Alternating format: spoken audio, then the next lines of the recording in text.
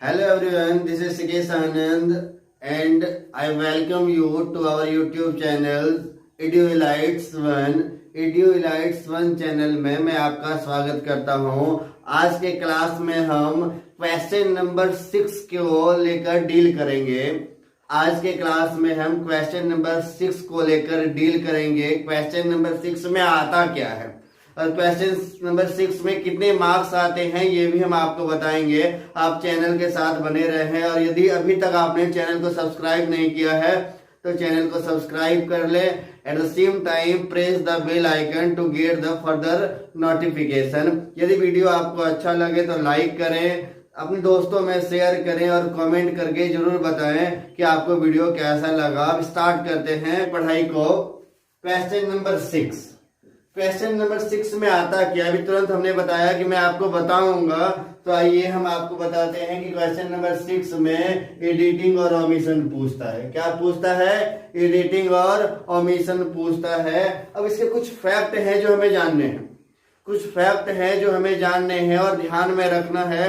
when you are going to solve the question you have to keep some point in mind how to solve the question. Now look at the board. The first point is that in English grammar, कहते हैं English grammar में editing और omission is an important aspect. एक important aspect है जब editing और omission के question को आप कर रहे होते हैं। बात करते हैं नोट की। कहा गया है there are no specific rules for solving editing और ओमिशन। मतलब कोई स्पेसिफिक रूल नहीं है, कोई खास नियम नहीं है ऐसे सवालों को बनाने के लिए। आगे नोट देखते हैं। It completely depends on the structures of the sentence। मतलब सेंटेंस ऐसा दिया है, सेंस के रूपरेखा पे ये पूरी चीजें निर्भर करती है कि कैसे सवाल को सॉल्व करना है। Not it requires the complete knowledge of grammar. कहता है ये साथ ही साथ ये भी कहा जाता है कि जब आप एडिटिंग और ओमिशन कर रहे होते हैं इसमें कॉन्सेप्ट किसकी होनी चाहिए, जानकारी किसकी होनी चाहिए, तो ग्रामर की होनी चाहिए। ग्रामर की यदि पूरी जानकारी होगा तो एडिटिंग और ओमिशन वाले सवाल को आप बड़े आसानी से बना सकते हैं and you can carry 4 marks as well. कुछ कॉन्सेप्ट है। सवाल ये है ना कि एडिटिंग और ओमिशन किस टॉपिक से रिलेटेड क्वेश्चन पूछता है, तो कई सारे टॉपिक हैं। कुछ जो इंपॉर्टेंट टर्म है ये आपके सामने हम रखते हैं, जैसे सब्जेक्ट वर्ब एग्रीमेंट को लेकर एडिटिंग और ओमिशन का सवाल दिया जाता है। सिमिलरली डिटरमाइनर्स आर्टिकल के सवाल दिए जाएंगे। वर्ब के फॉर्म को लेकर दिया जाएगा। हमने बताया वर्ब के फॉर्म के बारे में कि in general there are 5 form of verbs, लेकिन हम लोग फंडामेंटली बात करें तो वर्ब के टोटल 3 ही रूप हैं। सवाल प्रीपोजिशन के बारे में दिया जा सकता है। एक्चुअली रॉन्ग यूज होगा प्रीपोजिशन का, उसे हमें करेक्ट करना है। सिमिलर कंजक्शन के साथ भी होगा, टेंस रिलेटेड होगा और बहुत तरह के टॉपिक हैं जिसको रिलेट कर सकता है एडिटिंग और ओमिशन। और सवालों को हम लोग बनाएंगे, लेकिन बनाते समय ग्रामर का ध्यान रखेंगे, स्ट्रक्चर ऑफ द सेंटेंस को देखेंगे। आइए कुछ हम एग्जाम्पल के माध्यम से आपको समझाते हैं कि एडिटिंग और ओमिशन के सवाल को कैसे बनाया जाता है। एक सवाल है हमारे सामने, इस सवाल को सॉल्व करते हैं। हमें एडिटिंग करना है, ओमिशन करना है। एक्चुअली बिफोर, मिसिंग और आफ्टर, मतलब पहले का शब्द, अंत का शब्द और बीच का शब्द। हमें ये जो मिसिंग वर्ड है ना ये हमें प्रेडिक्ट करना है, हमें ये ढूंढ के निकालना है। इसके लिए पूरे सेंटेंस जो लिखे गए हैं इसको पढ़ते हैं हम लोग। The television has always very controversial। इस सेंटेंस में कुछ लग रहा है कि अधूरा है। क्या अधूरा है हम बताते हैं। हैज के बाद यहाँ पे ऑलवेज लगा है, ऑलवेज के बाद ना कुछ छुटा हुआ है। ये ऑलवेज के बाद कुछ छुटा हुआ है। क्या छुटा हुआ है हम बताते हैं। ऑलवेज के बाद बीन छुटा हुआ है। क्या छुटा हुआ है? बीन छुटा है। और वेरी लास्ट का वर्ड है तो लिख दिया आफ्टर वाला वर्ड। ठीक, आगे देखना है। while the positive aspect the electronic aspects the electronic यहाँ को सूट नहीं कर रहा है। यहाँ पे प्रीपोजिशन का मिसिंग है तो एस्पेक्ट लिखिए आप पहले, एस्पेक्ट लिखिए और बाद का शब्द क्या है द। छूट क्या रहा है, मिसिंग क्या है तो मिसिंग ऑन, और ऑन क्या है, ऑन एक प्रीपोजिशन है। क्या है प्रीपोजिशन है। अब बात करते हैं आगे। On the electronic media enumerals, electronic media enumerals है, इलेक्ट्रॉनिक मीडिया इन्यूमरल्स है। यहाँ पे भी कुछ मिसिंग है। यहाँ पर क्या मिसिंग है समझते हैं। यहाँ पे हेल्पिंग वर्ब मिसिंग है। इलेक्ट्रॉनिक मीडिया ये कौन सा है, सिंगुलर है या प्लूरल है? कहता है इन्यूमरल्स है, बहुत अधिक है, इसका मतलब प्लूरल है। यहाँ पर कुछ मिसिंग है, तो मिसिंग क्या है हम आपको बताते हैं। मीडिया हो गया ये पहले का शब्द, अंत वाला शब्द इन्यूमरल हो गया, और जो मिसिंग है इन्यूमरल का मतलब बहुत अधिक, तो प्लूरल है, तो प्लूरल का हेल्पिंग वर्ब क्या हो जाएगा, आर हो जाएगा, ये आर मिसिंग है। आगे देखते हैं। इम्पैक्ट चिल्ड्रन, इम्पैक्ट चिल्ड्रन किस पे इम्पैक्ट पड़ रहा है, तो चिल्ड्रन पर इम्पैक्ट पड़ रहा है, तो पर का मतलब ऑन, तो ऑन मिसिंग है। इसका अर्थ ये है कि यहाँ पे इम्पैक्ट हो जाएगा, मिसिंग क्या है ऑन, और बाद का शब्द क्या है चिल्ड्रन, तो चिल्ड्रन लिख देंगे। इसके लिए हमें सेंटेंस को बड़े गौर से पढ़ना होगा और इसके मिसिंग वर्ड को थोड़ा सा कैलकुलेट करना होगा मन ही मन।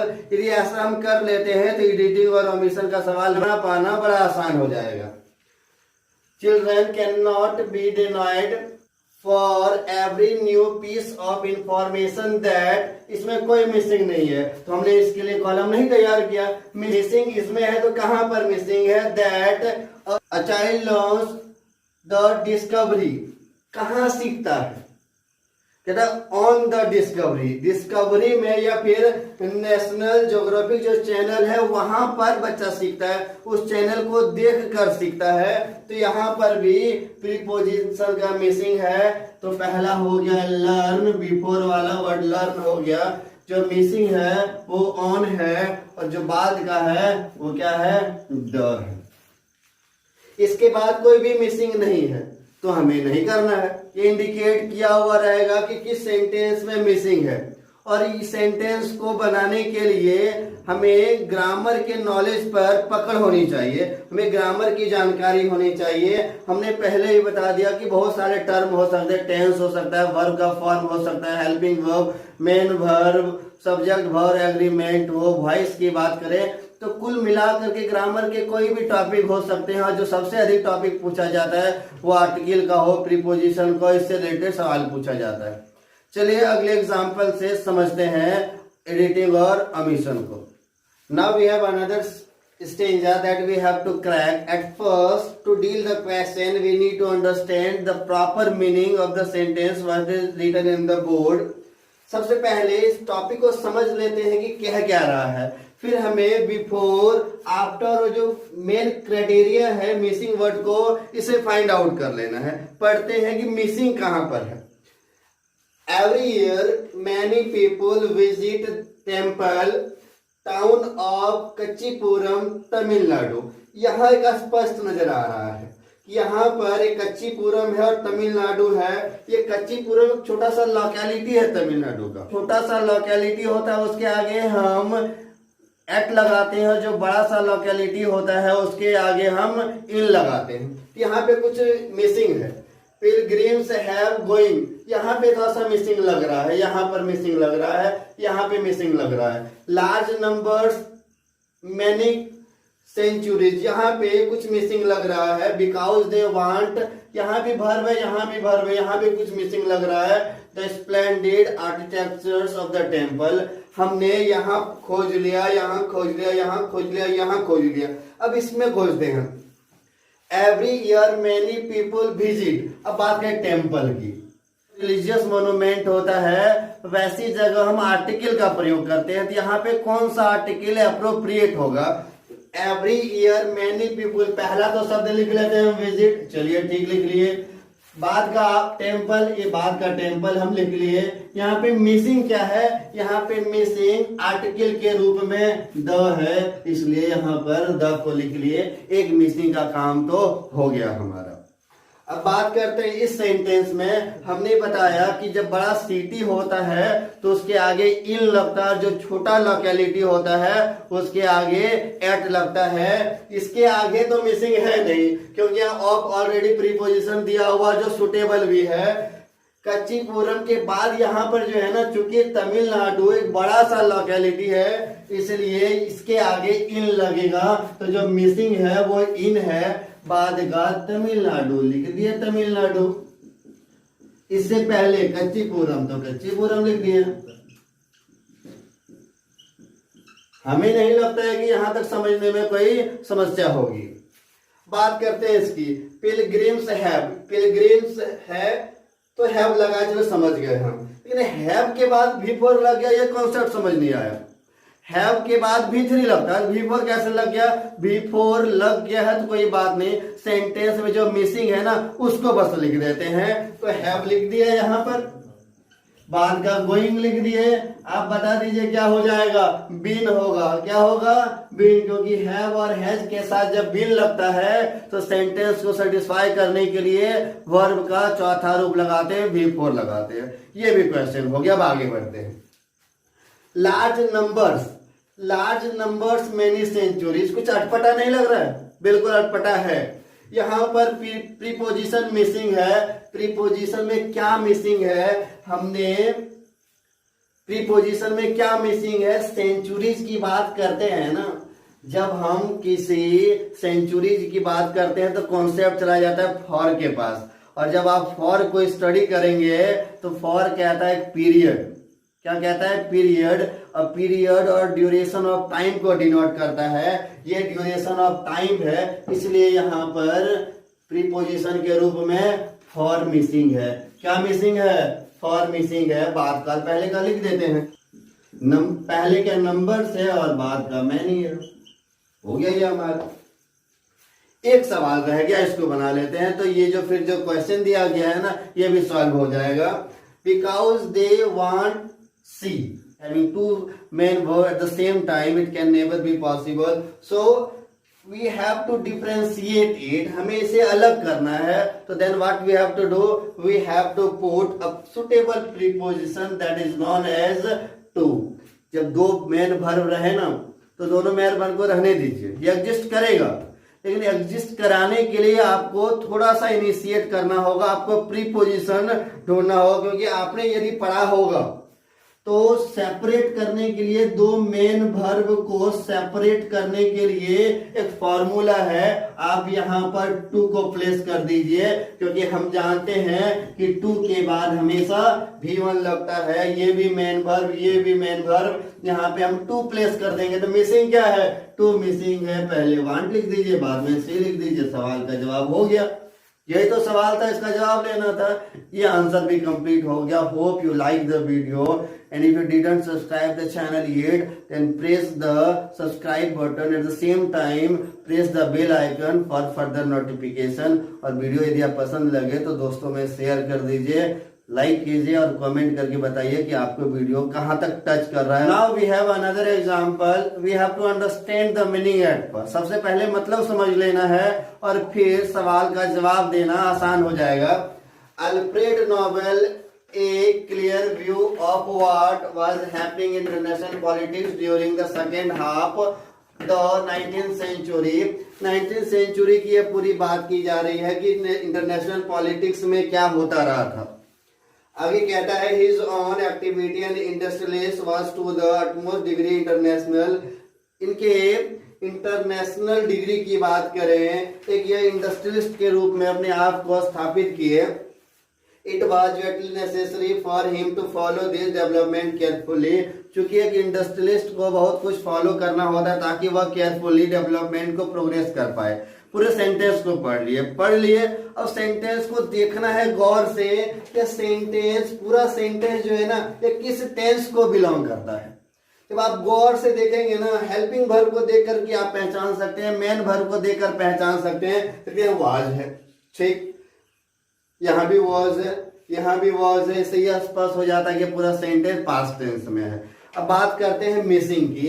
पहले सेंटेंस में कुछ मिसिंग है। अल्फ्रेड नोबेल नाम है ना, इसके बाद हेल्पिंग वर्ब लगता है या मेन वर्ब लगता है, बिल्कुल लगता है ना। लेकिन यहाँ पे ऐसा नहीं है, यहाँ पे आर्टिकल के रूप में ए दे दिया है, तो हेल्पिंग वर्ब मिसिंग है, ये पूरा पास्ट टेंस में है, तो हेल्पिंग वर्ब क्या लगेगा, हेल्पिंग वर्ब यहाँ हैड लगेगा। क्या लगेगा, हैड लगेगा। यदि प्रेजेंट होता तो हैज लग जाता, पास्ट है इसलिए हैड लगेगा। तो पहले अल्फ्रेड नोबेल, अल्फ्रेड नोबेल और बाद का ये लिख दिया यहाँ पर, ठीक।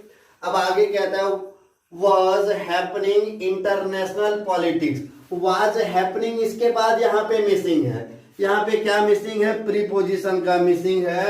हैपनिंग ऑफ इंटरनेशनल सुटेबल नहीं आ रहा है, हैपनिंग इन इंटरनेशनल पॉलिटिक्स, क्योंकि इंटरनेशनल पॉलिटिक्स में कुछ हो रहा है, पॉलिटिक्स में हो रहा है, पर तो नहीं हो रहा में, और में को क्या बोलते हैं हम लोग, इन बोलते हैं। इन लिख दिए, पहला हैपनिंग था, हैपनिंग लिख देते हैं। हमें नहीं लगता है कि यहां तक आपको समझने में बहुत ज्यादा परेशानी हो रहा होगा, ठीक। आगे देखते हैं। The second half the 19th century, मतलब यहाँ पे गड़बड़ लग रहा है कुछ। द सेकेंड हाफ तो सही है, द सेकेंड हाफ तो सही है, यहाँ पर डायरेक्ट द लिख दिया गया है, और डायरेक्ट द कैसे होगा, प्रीपोजिशन लगाना होगा ना, यहाँ पे भी प्रीपोजिशन मिसिंग है। 19th सेंचुरी का, इसलिए का को क्या बोलते हैं, ऑफ, पहले हम लगा दें हाफ और बाद का लगा दें हम द। अब अगले सेंटेंस को देखते हैं। He is on activity as industrialist. Industrialist जो है ना, इसका आई देखिए, ये आई भावेल है, और भावेल के आगे क्या लगता है आपको पता है ना, वावेल के आगे एन लगता है। क्या लगता है, एन। तो इंडस्ट्रियलिस्ट के आगे क्या छुपा हुआ है, एन छुपा हुआ है, तो मिसिंग एन है, एन लिख दिए। पहला एज है, एज लिख दिए, इंडस्ट्रियलिस्ट को इधर लिख देते हैं, ठीक। अब अगला जो मिसिंग है समझते हैं। Outmost degree international, outmost degree international, यहां तक सेंटेंस है, और फिर दूसरा सेंटेंस है, और तुरंत यहाँ पे सब्जेक्ट दे दिया गया है। यहां से दूसरा सेंटेंस है, सेंटेंस को कोऑर्डिनेट करने के लिए, सेंटेंस को ज्वाइन करने के लिए हमें कनेक्टर चाहिए, उस कनेक्टर का प्रयोग करना है। यहाँ पे कनेक्टर के रूप में एंड काम करेगा। मिसिंग क्या है, एंड। पहले का शब्द लिख देते हैं हम यहाँ पे इंटरनेशनल, इंटरनेशनल, बाद का शब्द लिख दिए इट, हो गया हमारा क्लियर। इधर तो मिसिंग है नहीं हमारा, मतलब इंटरनेशनल के बीच में क्या छुटा हुआ है, इट के, इंटरनेशनल और इट के बीच में क्या छुपा हुआ है, एंड मिसिंग है, तो एंड लिख दिए। इस दोनों के बीच में क्या छुपा हुआ था, एन, तो एन लिख दिए। एन क्या है, तो आर्टिकल है। एंड क्या है, तो सेंटेंस कनेक्टर है। इसके बीच में ऑफ छुटा हुआ तो ऑफ लिख दिए, इसके बीच में इन जुड़ा हुआ था, इन लिख दिए, और सब्जेक्ट के साथ एक हेल्पिंग वर्ब या मेन वर्ब लगता है। यहाँ पर हेल्पिंग वर्ब के रूप में हेड लग जाएगा, इसलिए लग जाएगा क्योंकि सेंटेंस पास्ट में है। ये रहा एडिटिंग और ओमिशन का सवाल। हमें लगता है कि आपको वीडियो समझ में आ गया होगा। इससे 4 अंक के सवाल पूछे जाते हैं, क्वेश्चन नंबर 6 में पूछा जाएगा। आशा करते हैं कि वीडियो समझ में आया होगा। मिलते हैं अगले क्लास में। Till then stay home, stay safe, घर में रहिए, सुरक्षित रहिए। और यदि आप हमारे साथ पढ़ रहे हैं तो आप पेपर पेन लेकर के बैठेंगे, या तो फिर आप बीच में स्क्रीनशॉट ले लेंगे। सारे कंटेंट को आप अपने पास रखिए, ताकि जब आपके बोर्ड एग्जाम आएंगे आप आसानी से उसको क्रैक कर सकते हैं इस वीडियो के माध्यम से। और ईडियो इलाइट्स 1 चैनल का मकसद ये है कि आप तक एक अच्छी एजुकेशन प्रोवाइड कराना, आप तक एक अच्छी शिक्षा पहुंचाना। मिलते हैं अगले वीडियो में।